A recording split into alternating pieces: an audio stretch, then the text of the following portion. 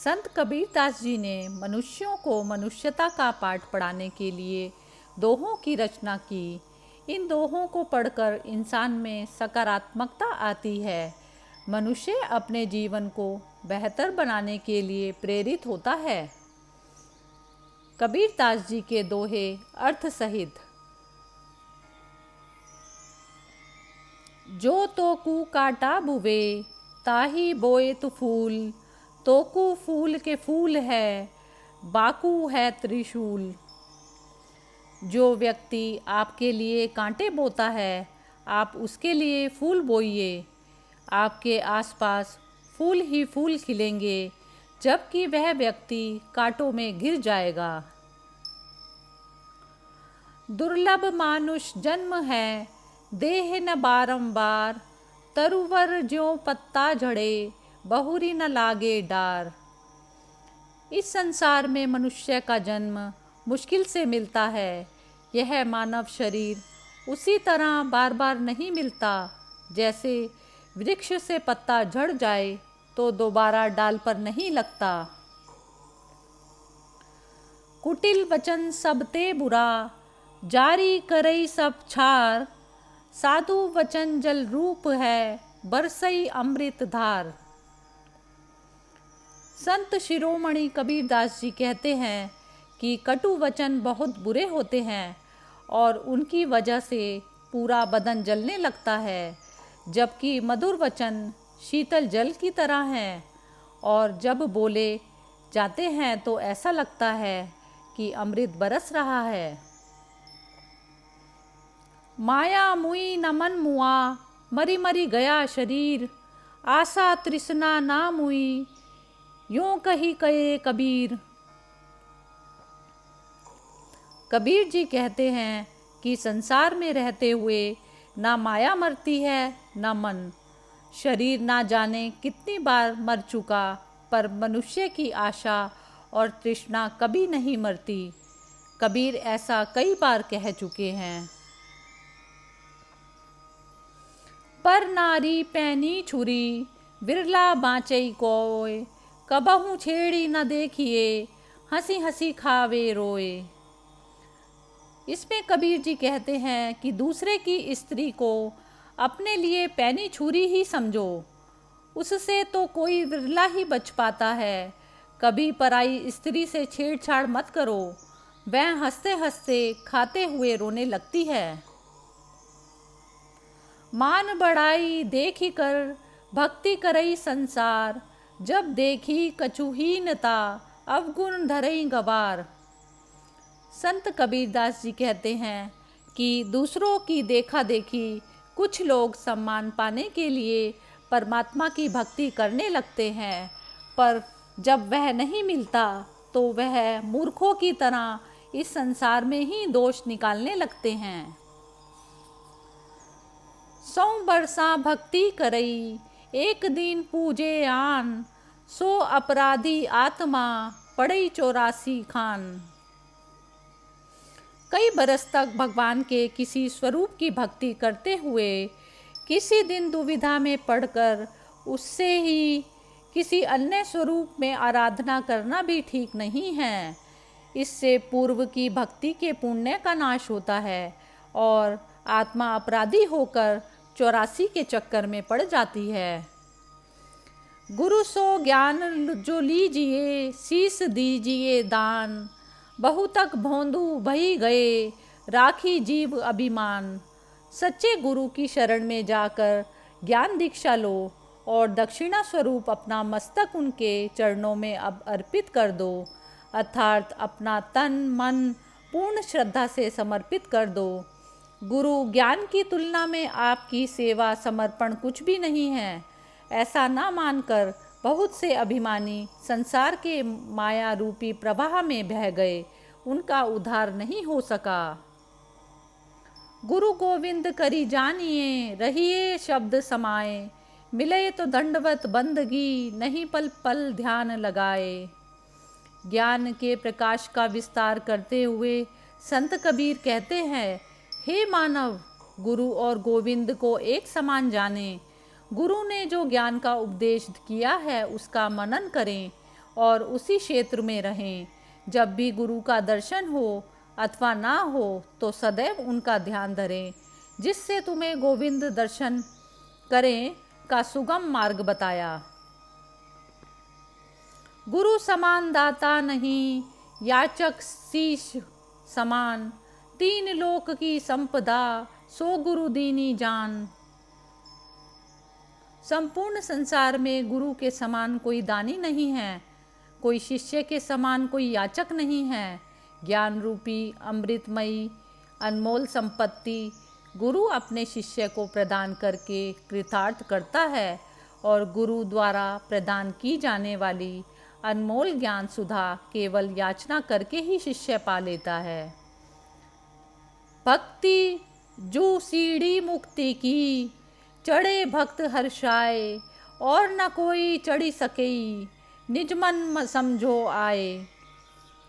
भक्ति वह सीढ़ी है जिस पर चढ़ने के लिए भक्तों के मन में अपार खुशी होती है, क्योंकि भक्ति हो मुक्ति का साधन है। भक्तों के अतिरिक्त इस पर कोई और नहीं चढ़ सकता, ऐसा अपने मन में निश्चय कर लो।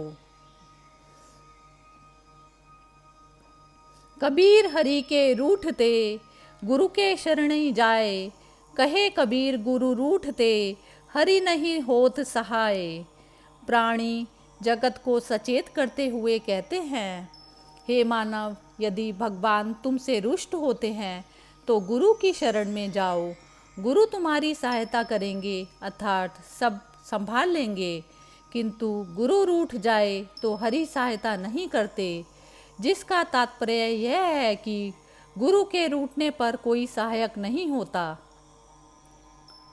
विषय त्याग बैराग है, समता कहिए जान, सुखदाई सब जीव सो, यही भक्ति परमान। कबीरदास जी संसारी जीवों को सन्मार्ग की शिक्षा देते हुए कहते हैं कि पांचों विषयों का त्याग ही वैराग्य है। भेदभाव आदि दुर्गुणों से रहित होकर समानता का व्यवहार करना चाहिए। स्नेह, उचित आचरण भक्ति का सत्य प्रमाण है। भक्तों में ये सद्गुण विद्यमान होते हैं। तिमिर गया रवि देखते, कुमति गई गुरु ज्ञान, सुमति गई अति लोभते, भक्ति गई अभिमान। जिस प्रकार सूर्य उदय होते ही अंधकार नष्ट हो जाता है, उसी प्रकार सद्गुरु के ज्ञान रूपी उपदेश से कुबुद्धि नष्ट हो जाती है। अधिक लोभ करने से बुद्धि नष्ट हो जाती है और अभिमान करने से भक्ति का नाश हो जाता है।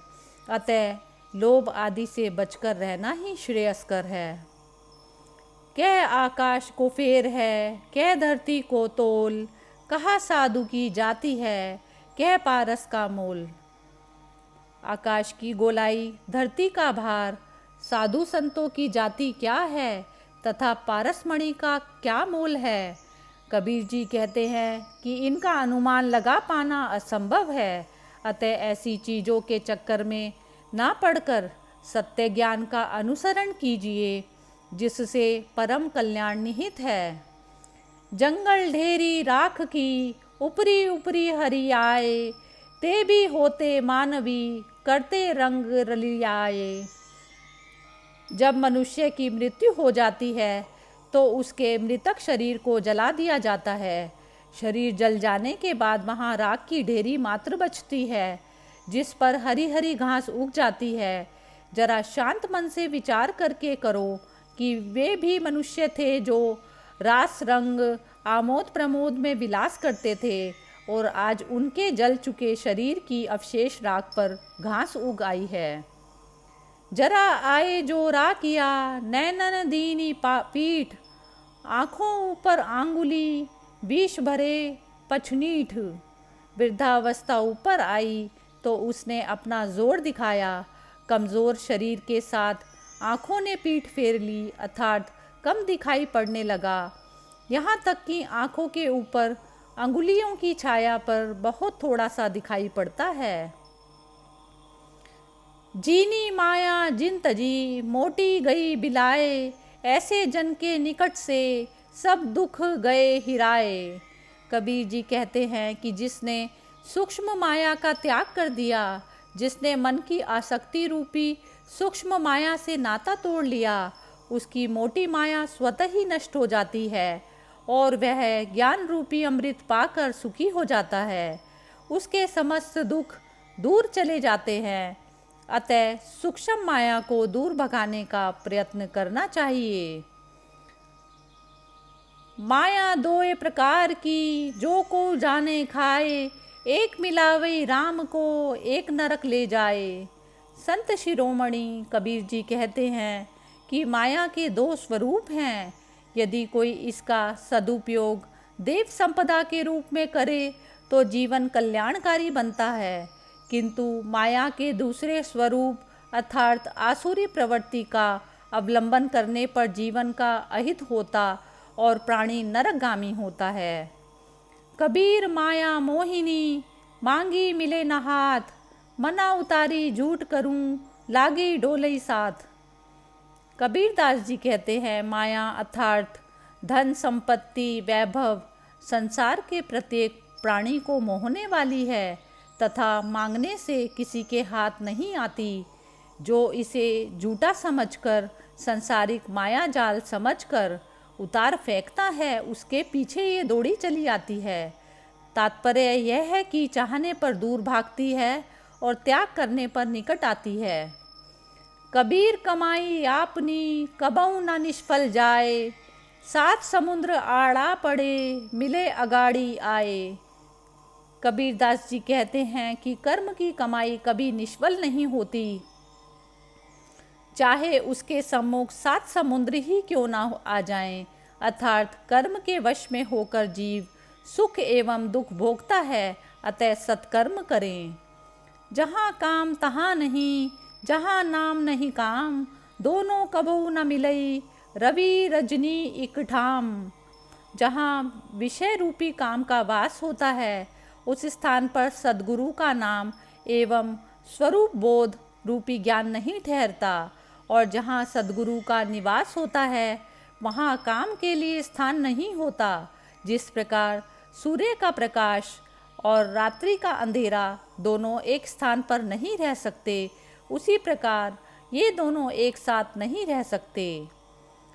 कामी का गुरु कामिनी, लोभी का गुरु दाम, कबीर का गुरु संत है, संतन का गुरु राम।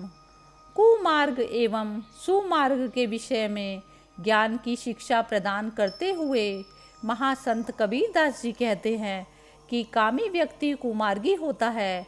वह सदैव विषय वासना के संपत्ति बटोर में लगा रहता है। उसका गुरु मित्र भाई बंधु सब कुछ धन ही होता है, और जो विषयों से दूर रहता है उसे संतों की कृपा प्राप्त होती है, अर्थात वह स्वयं संतमय होता है। और ऐसे प्राणियों के अंतर में अविनाशी भगवान का निवास होता है। दूसरे अर्थों में भक्त और भगवान में कोई भेद नहीं होता।